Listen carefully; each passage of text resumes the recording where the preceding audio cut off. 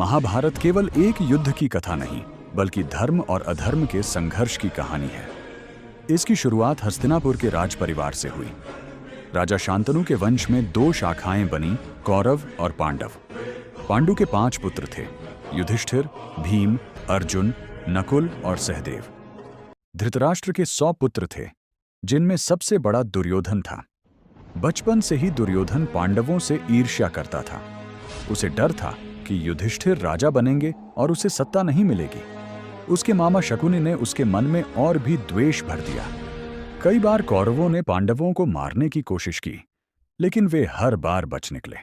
समय बीता और गुरु द्रोणाचार्य से शिक्षा पूरी करने के बाद पांडवों ने अपनी वीरता साबित की। अर्जुन सबसे महान धनुर्धर बने। जब राज्य बांटने की बात आई तो पांडवों को खांडव प्रस्थ नामक बंजर भूमि दी गई। अपनी मेहनत और श्री कृष्ण की कृपा से उन्होंने उसे इंद्रप्रस्थ जैसा सुंदर राज्य बना दिया। यह देखकर दुर्योधन की जलन और बढ़ गई। उसने शकुनि की चाल में आकर जुए का खेल रचा। युधिष्ठिर को जुए में बुलाया गया।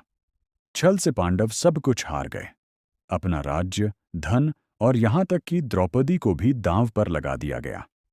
सभा में द्रौपदी का अपमान हुआ, जिसने इस युद्ध की नींव रख दी।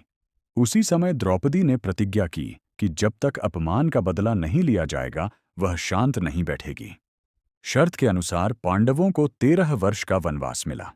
वनवास के बाद जब वे लौटे तो उन्होंने केवल 5 गांव मांगे, लेकिन दुर्योधन ने कहा, सुई की नोक के बराबर भी भूमि नहीं दूंगा।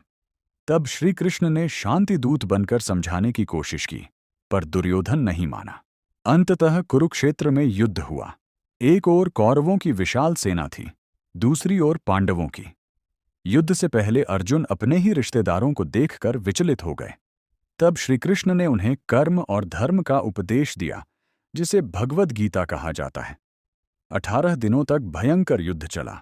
भीष्म, द्रोण, कर्ण जैसे महान योद्धा मारे गए। अंत में दुर्योधन भी पराजित हुआ और पांडवों की जीत हुई। लेकिन यह जीत भी दुख से भरी थी, क्योंकि अपनों का नाश हो चुका था। इस प्रकार महाभारत केवल राज सिंहासन के लिए नहीं, बल्कि अहंकार, ईर्ष्या और अन्याय के कारण हुआ। यह हमें सिखाता है कि जब अधर्म बढ़ता है तो धर्म की रक्षा के लिए संघर्ष आवश्यक हो जाता।